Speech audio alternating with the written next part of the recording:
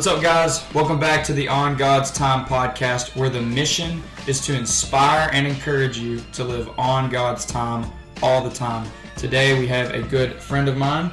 His name is Aidan Berry. He plays college basketball with me at Williams Baptist University. Last year he played for my uncle at Greenbrier High School. R.I.P. Greenbrier. Now he's at Peerage.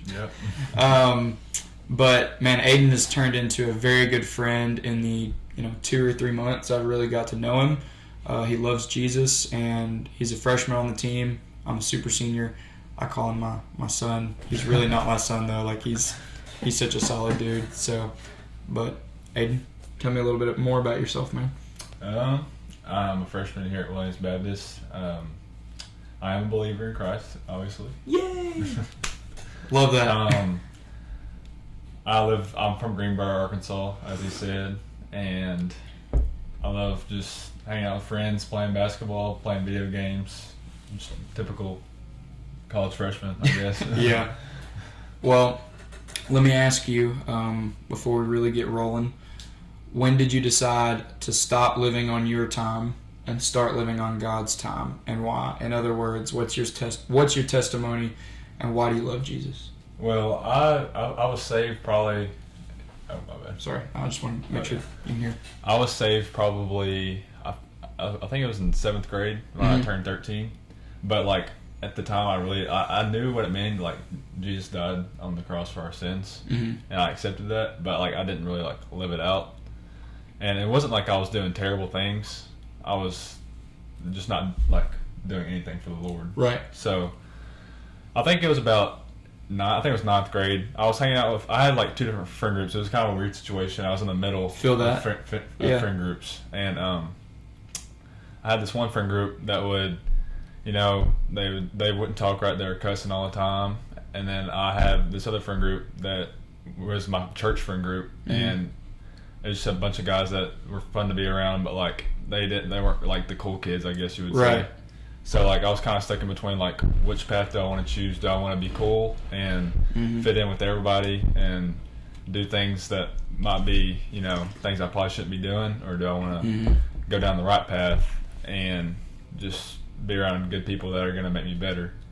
And ultimately, I mean, I hung out with both of them probably that entire year, and going into my sophomore year, I was like, I got to choose because I'm going into high school, which at our school, 10th grade through 12th grade's high school, not freshman. Yeah. So when I got into 10th grade, I was like, I got to choose my church friend group, because if I keep on hanging out with these same people, which they're not just completely terrible people, it's just some of the things they did that I wouldn't have wanted to do that could have impacted my life in the future. So yeah.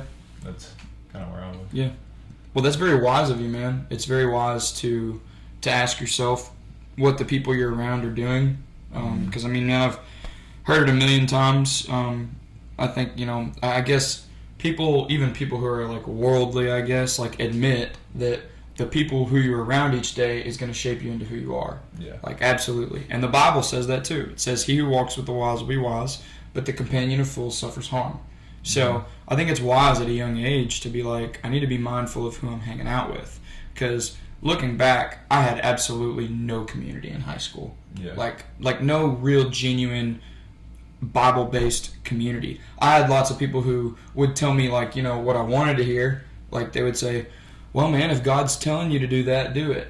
As opposed to like maybe sitting me down and being like, hey, what does the Bible say about this? What does the Bible say? How can you really truly ask the Lord what it is that he wants for your life? And that's tough when you're in high school, bro. Like it is a time period for sure where you're constantly dealing with temptations, especially like with people. Yeah. Like because naturally I think we naturally want to please someone as people. And I think that unless you're a believer in Christ, you're going to choose to please people instead of to please God. We want to please a being. Like we want to please God. And naturally in our sinful state, we want to please people as well. So I think that you have to choose. And whenever you choose to please the Lord, naturally you're going to have the right people around you. Yeah, and even as a believer, I think like as a basketball player, I bet you could say this too. Like when you're playing, there's always like someone at the game you're like, oh, I want to do good because they're here. Yeah, for sure. yeah, man, as a basketball player especially, like, you have people who, like, if maybe your trainer comes to your game, your mom, your dad, your girlfriend, your friends, like, when they show up to your games, it's like you want to do good. And like, I remember last year there were one young man who I discipled who came to one of my games, and I didn't get to play very much. So I was thinking to myself, man, he's going to think less of me because I didn't perform a certain way. Mm-hmm. But after the game, he was just happy to see me. Yeah. And like, he didn't even care about that. And he hasn't even mentioned that one time since I've seen him since then. So I think it's, it's okay to be like, oh, this person's at my game. It makes me happy that they're at my game, or it makes me happy that they're here to support me. But it's just important to remember that you play for the audience of God, mm-hmm. and not for people. Because Paul, in Galatians 1:10, Paul says, am I now living to please people, or am I living to please God? If I was living to please people, I would not be a servant of Christ. Mm-hmm. So I think it's just important to want to please God in everything you do, because when you want to please God, you're naturally going to live for Him. Mm-hmm. Yeah. Speaking of pleasing people, and just, I guess, balancing your life, like, this is your first year in college and your first year as as an athlete as well. So how do you balance, like, the demands of being a student, but then also being an athlete, and then also trying to grow in your relationship with God? Like, kind of like, how does your brain work when it comes to those things? Because I know how my brain works and the way I do things, but I know we're all different, and clearly I think you have a good balance, because I see that not one or the other is, like, overwhelming you 24/7. So. Yeah, so, like, for school, I try to not procrastinate as much as I can. I try to just get it done, like, as soon as I get to schoolwork, which, I mean, my classes right now aren't particularly too hard because I'm in freshman classes. So little freshman. It's a little bit easier for me this year to manage my time. But between school and basketball, it hasn't been that bad this year. Mm-hmm. I mean, I just go to class, get my work done, and then go to practice and do whatever else we have to do with the team. And then as for, like, my relationship with the Lord, I will say, like, this first year, I haven't been in the Bible as much as I should be, because just, like, I feel like I'm trying to adapt to, like, college, right, and getting with, like, in a routine. Yeah, routine, and just with, like, schoolwork and basketball practice and everything like that. There is time, but I haven't really made the time yet. So, well, it's one of those things as well. Like, you do got to find your balance, and you got to find, like, I was listening last night. My roommate Dawson was listening to a podcast called Becoming Something with Jonathan Pokluda. I don't know if you've ever heard of it. But he said, when it comes to reading the Bible, you have to have a time, a place, and what all did he say? A time, a place, and a plan. Yeah. So you have a time. So your time may be, like, you may say, okay, every day at 9, I don't have class. So during that time, I'm going to dive into the Word. That's your time. And then a place, like, you say, okay, I'm going to do it in my dorm, or maybe I'm going to do it, at the library or whatever. And then what also goes with that, what I've talked about before, like, surely you've noticed my coffee addiction. Mm-hmm. Surely. Yeah. Because it's pretty obvious. It's pretty bad. But I have affiliated my brain with, when I drink coffee, I also read the Bible. Mm-hmm. And so it's helped me get into a routine and grow in that aspect as well. So that's a time and a place. And it also goes along with the plan as well. Time, 9 a.m., I don't have class that time. Place, like, for me, I do it out there on our counter, with these chairs, actually. Yeah. And then a plan. It's like, what are you going to read? Because when I was younger, I struggled so bad with, like, I just didn't know what to read. Yeah. Like, I would be like, and not to the fault of my parents, but, like, I would be like, hey, like, what do I read? And they would be like, well, maybe try Matthew, or try this, or try that. But, like, I just didn't really take it and run with it. Mm-hmm. And so I think it's so important to have a plan of what you're doing, because if you don't have a plan, you're just not going to do it. Mm-hmm. And so I think that's something that helped me a lot, like having a time, a place, and a plan. But I didn't really consistently do that till I was maybe at the end of my freshman year, really like beginning of my sophomore year. And so, I don't know. You don't got to feel bad for that right now. Yeah. And also, like, I'm in a Bible class right now. It's like studying the Bible. And we're usually do like 2 or 3 books at a time. So, like, I get that time in where I read that. But I'm not really, like, doing it for myself. I'm doing it because I have a class. So, right. It's just like I'm taking that time, like, oh, I have to go read something else. But I think it's really, like, the heart posture. Like, if I want to do it, then I'm going to go read. But I really haven't made the time yet right now. Yeah. So. Well, it's important that you recognize that you're getting a lot out of those biblical classes because, dude, I remember maybe last year I had a class called Person and Work of Christ, and Dr. Putman was the professor in that. Who do you have for your Bible class? Dr. Foster. I'm sorry. No, I'm just kidding. I'm just kidding. I love Dr. Foster. But when I had Dr. Putman, I remember I was having to do a paper, I think, on heresies, which, if you don't know what that word is, like heresies are like people who don't acknowledge the deity of and the divinity of Christ. Like maybe pretty much cults, like Jehovah's Witness, Mormon, and Mormonism and modalism, all and things like that. So I was doing a paper on Jehovah's Witness, and I was actually like there was like these requirements, like you had to have these verses and these sources and all this, and like I remember, because it was just like that time, it was like the end of the semester, at the end of the semester everyone's ready for a break, and I remember like being so miserable having to write that paper, and then like I started praying and I changed my heart posture, and I remember my mindset went from I have to do this to literally like at the flip of a switch. I remember thinking, I am so blessed that I have to study the Bible. Yeah. I am so blessed that I have to take a class for my major that is going to teach me more about the Bible. Like, I am so blessed that I get to write a 5, 6, 7, 8, 9, 10, whatever page paper it was on the Bible. And I think that when you have that mindset shift of I get to do this as opposed to I have to do this, I think everything changes. Like in your life, in your walk, in everything.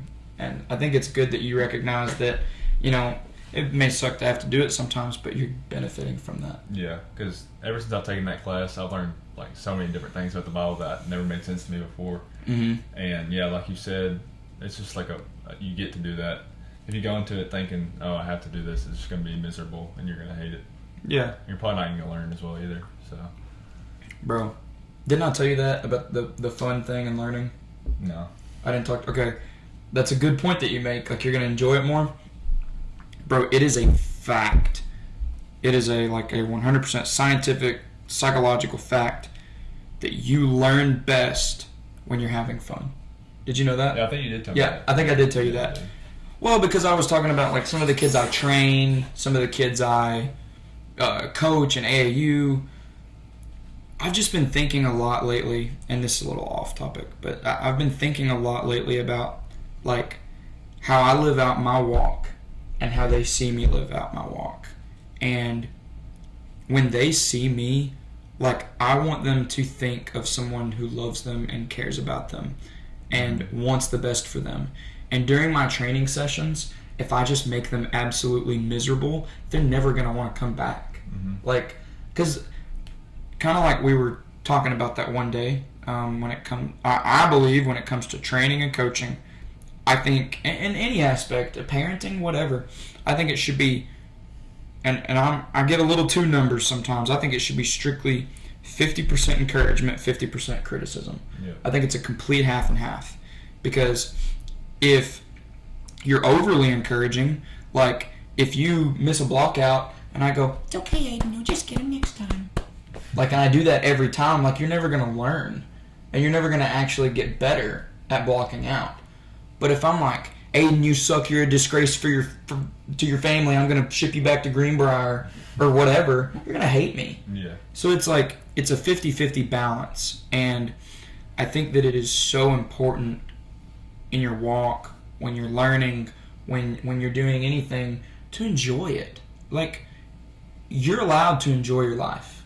I don't know why, but when I was younger, like, I felt like certain areas of your life are supposed to suck.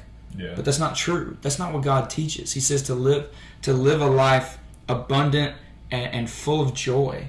And I think that we can have joy in any aspect of our lives. Like, it's going to be hard, and I think it's impossible without God. Mm-hmm. But when you have God in anything that you're doing, school, spiritual walk, basketball, whatever, I think you can enjoy it. Yeah. And it's hard, but I don't know, it's just something that you can learn. Like, so tell me, so I'm talking about that, what are some parts of your life that you enjoy the most, or that you feel like when you're doing it, it's almost like you can feel closer to God? And what I mean by that is, like, I told you I'm addicted to golf. I play golf all the time. Yeah. Like, when I'm out playing golf, it's just beautiful to me. Like, I see the woods, I see the green, I see everything, and I'm like, man, I'm getting to, and I know it's like a man-made course, but like, I'm like, man, I'm getting to do something that I enjoy while viewing God's creation. Mm-hmm. And it's like I play worship music, and like I just enjoy it, and I feel closer to God when I do it. So, like, what is something like that you feel like you have? My thing is probably my job back at home, working at Urban Air. It's like a little trampoline park. That's cool. Deal. And the reason why I say that is because I get to work with a lot of like younger kids, and I'm not really teaching them. I'm just keeping them safe. Mm-hmm. But the conversations I have with them, and like just like teaching them, I sometimes I teach them like just like good behavior, because like some of those kids run around wild, their parents just let them loose. Facts. Don't watch them, or keep them in check. But I like being a light in their life, and some of them don't really have like good like father figures, or maybe even a mother figure. But I think one thing that I've been able to see that God's put me there is just to be like a good example to them. Absolutely. 100%, bro. That's awesome. And I'm hoping that in the future, kind of how I've tried to, take you and like some of the other guys, and just like mainly like you and Peyton and some others, and like help you learn some stuff that can maybe help you apply the Bible to your life and stuff like that. Now you can do that for someone else. Yeah. Kind of like in The Forge, movie we watched. I totally want to steal that one day. I want to like get together and like, I don't know, I just thought it was really cool. Yeah, it was a good movie. Because like, I just think young men need mentorship so bad. It's worse than it's ever been. Because the world is trying to say like, my truth is the truth, and I mean, we need to remind young men that no, your feelings and your heart will deceive you. But the Bible is the basis of all truth. Yeah. And I don't know, like, for example, I just want to give you, I don't know, man, I want to give people a view, like a legit view into my life. No one will ever know who this kid is, so I think it's okay. Yeah. But this is why I love mentorship. Don't read off that name.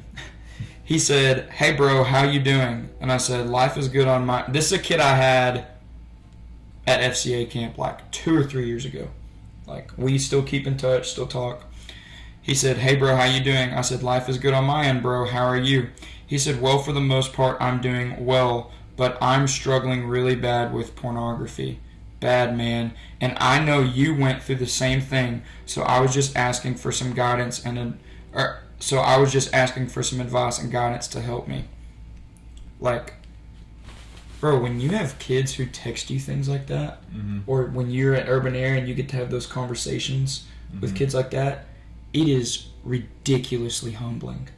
Because it reminds you and makes you realize that, like, all the stuff you went through at 13, like, because when you're like 13, 14, 15, you're thinking like, no one's going through what I'm going through. Yeah. It's the end of the world.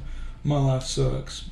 Like, blah, blah, blah. But, like, the reality is that 80 to 90% of men probably go through whatever you're going through. Yeah. And the thing that I see, like, at Urban Air is the kids are usually, like, more mean to kids, like bullying kids. They usually don't have a good background. Because, like, this one time I asked this one kid, I was like, so where are your parents at? And he's like, oh, they like I live with my grandparents. Like one's in prison, the other one like died or something like that, which is very sad because it's very normal in today's world. And he was just bullying kids, and I was like, I was just trying to help him, and I got to know him a little bit better. And really, all those kids want is like attention, and they want, absolutely, they want to. You're good. They want someone to talk to. And when they get that, they're starting to open up a little bit more, and they're not really, as mean. So, absolutely, it just starts with parenting, I feel like. For sure.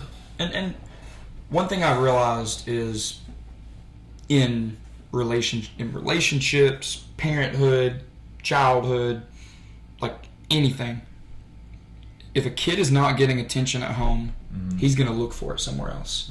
If he's not getting relational attention, he's going to look for it somewhere else, or she. And so that kid, because he is not getting the attention and the love of his parents, he's trying to find it somewhere else. So he wants to elevate himself above people because he doesn't know what it feels like to be loved. So he says, hey, maybe if I bully these people, maybe if I make them feel bad, then I'll feel superior or better. And dude, it's so crazy to me as I've gotten older. I've just been like, there's a reason people act the way they do. Like, it's not as simple as when I was a kid. Like, I would just be like, well, they're just a bad person. They're just a mean person. Like, no, it has to do with their childhood, what they've been through. Like, nobody just wakes up and is just mean. Yeah. Like, now, we all obviously are born into sin, but nobody wakes up and is just like, I'm a ridiculously mean and hateful person. Like, they learn that over consistent and habitual behavior. And I think it's really important, like, you just doing that, would you say you're naturally more introverted or extroverted? Introverted. For sure. Yeah. And I've noticed that. It is so big time for you to go do that because I know that that's naturally probably not comfortable for you. Yeah. Like, I recognize it's easier for me to talk and to do, like, public things because that's comfortable for me. Like, I was talking to some people the other day about, like, public speaking, and they were like, you're a psychopath. Like, I would never want to do that. Yeah. Like, why do you want to do that? I'm like, I love it. I enjoy it. But some people don't. Yeah. So I think that for you to get outside of your comfort zone and to go comfort that kid and have conversations like that, I think that's really awesome. And I think if you continue to do that, God will continue to grow you and humble you, bro. Yeah. I don't have anything to add on that. It's okay. Well, speaking of leading and, getting outside of your comfort zone, what would you say is, I'll ask two questions. What would you say is, like, your leadership style? Like, the way you decide to lead and the way you decide to set a standard? And then how has your faith, like, elevated you, and your leadership style elevated you to go into the career path you want to go into? Because I know you've told me you want to be a lawyer, which is awesome, which also kind of blows my mind because you're introverted. Yeah. And they want to argue with people. Yeah. But you're more of an observer, so you can see things that they probably wouldn't. Yeah. But, yeah, go ahead. So, what was the question? Well, the first, I'm sorry, I asked, like, what your leadership style is, like, how you prefer to lead. I'm more of a, I would say, by action leader. I'm not really of a vocal leader. Love that. Because, like, even on the court, I'm usually not talking that much. And we hear about it, don't we? Aidan, why aren't you talking? But, yeah, I like to just lead by example. I don't really, like, I'm not telling everyone, like, oh, this is what we're going to do. I'm not leading vocally, but I think by just doing the right thing every day and just doing things that I'm supposed to be doing and being on time, things like that, just little things. I think that's how I lead. Yeah. And then I guess, like, the way you lead and the way you decide to live out your life, how'd that make you want to go and do a career path with law? Well, I just really want to help people, Mm-hmm. and I think I would like to think that I'm, sort of smart. I don't know. I don't like to talk. You're very smart. And I really like history, and I know this career path has a lot of history classes and everything. And I wanted to just do something that I could like help people that are in need. Defend people who can't defend themselves. Which I know, like I'm not a very good like public speaker, but I've gotten better, and I think I can, put those things like learn. Yeah. I don't know. I don't know how to explain it. It's okay. Well, it's one of those things as well, like public speaking, learning to communicate, things like that. Like, it does bother me, which I know this is not what you're saying, but it does bother me when people are just like, oh, they're just like that. Like, oh, they're just great at speaking. Oh, they're just great at communicating. Yeah. Like, I think people naturally can drift towards those things, but it's just like anything else. It's a skill, and it's something that you can work on. It's something you can get better at. So, simply the fact that you are, starting and that you're making your way into trying to get better is a big deal. Dude, so the first 2 times I ever preached were at my dad's church, Pineville, Arkansas, town of like literally 100 people. Yeah. But it's right next to Calico Rock. So it's like Calico's like 1,000 people or whatever. Preaching there, there's maybe like 20, 30 people in there. And the first time I ridiculously over-prepared. Like I had a ridiculous amount of notes, a ridiculous amount of like scriptures to reference, and it was my first time ever preaching, so like I was nervous, so I like way over-prepared. And I would say I did a good job for my first time ever preaching. But then, the second time I preached, it was completely different. I'm not trying to scare you by telling you the story either. Yeah. I guess you can just learn from it. I went to preach the second time, and I was using my dad's computer for my notes because he always uses his computer. Like he has his computer and he has his notes and he like scrolls with it. And I mean that's how he preaches. And there's a lot of pastors who preach that way. So I put my notes on his computer, and halfway through the sermon, the second time, the computer died. Oh wow. Yeah. So you just kind of had to go. Oh, dude. I was up there. I said, and Romans 8 and I looked at him and I said, well, my computer just died. And it was kind of awkward. Yeah. But, like, I literally had to just, like, look at the Bible after that, and, like, the Bible was my only notes. And that was extremely humbling for me. Because, like, I feel like the first time I preached, there was a little bit of pride in me. Like, oh, look at me. Like, I'm naturally kind of decent at this thing. But then the second time, when I had to do it on the spot, it was like not as true. Yeah. So from that point on, I made a vow to myself that I would never speak or preach again without truly knowing and preparing. Yeah. Like, because the first time I prepared ridiculously. The second time it was just like, I'm just gonna do it. Well, no, I mean, I prepared, but like, I mean, the first time I probably prepared like 15 hours. Like, I spent 15 hours preparing. The second time I maybe spent 2. So like, I mean, it was a big difference.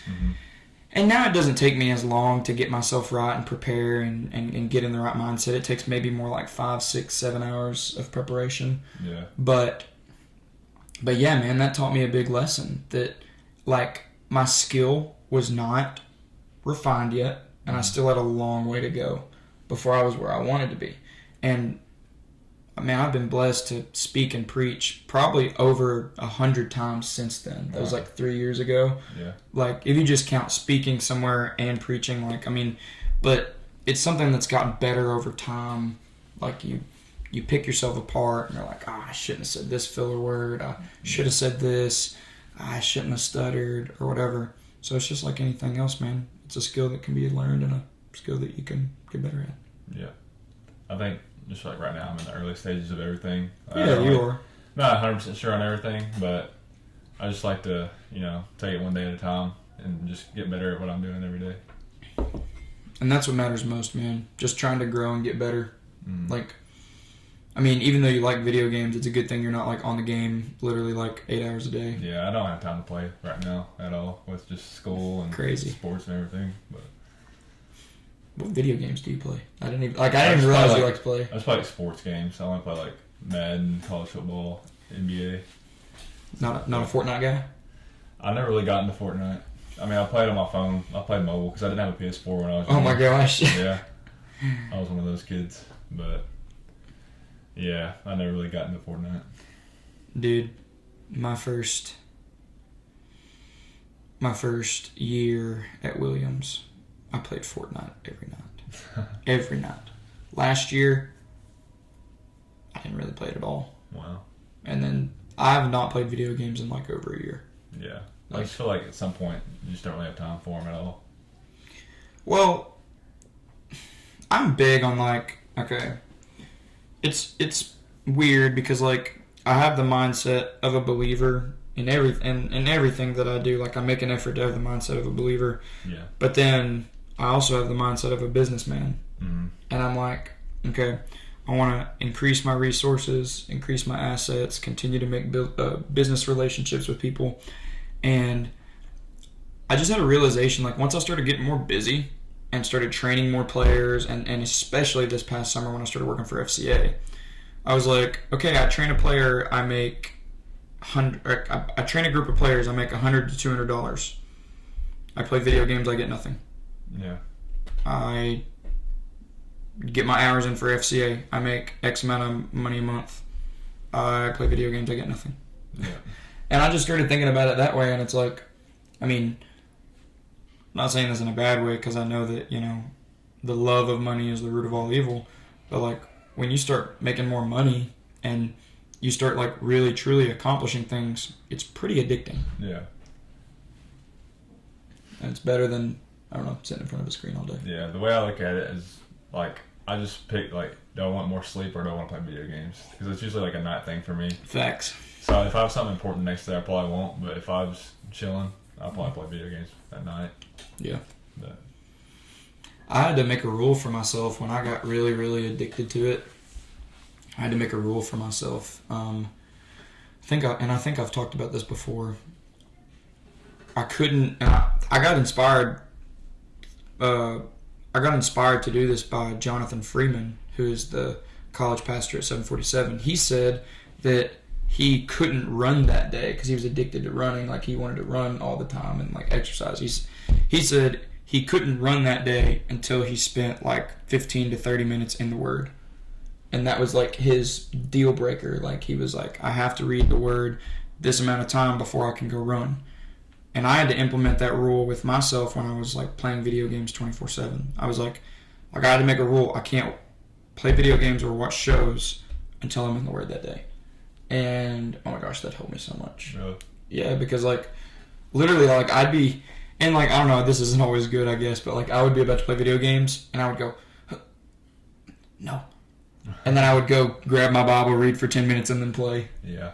But like that's not all like, but it got to a point where I was doing it so much earlier in the day that like it didn't matter. Like I did it at an earlier time where I could do it later and it was fine. Mm-hmm. But it took a while to get those restrictions up and just kind of be like, hey, discipline first. So,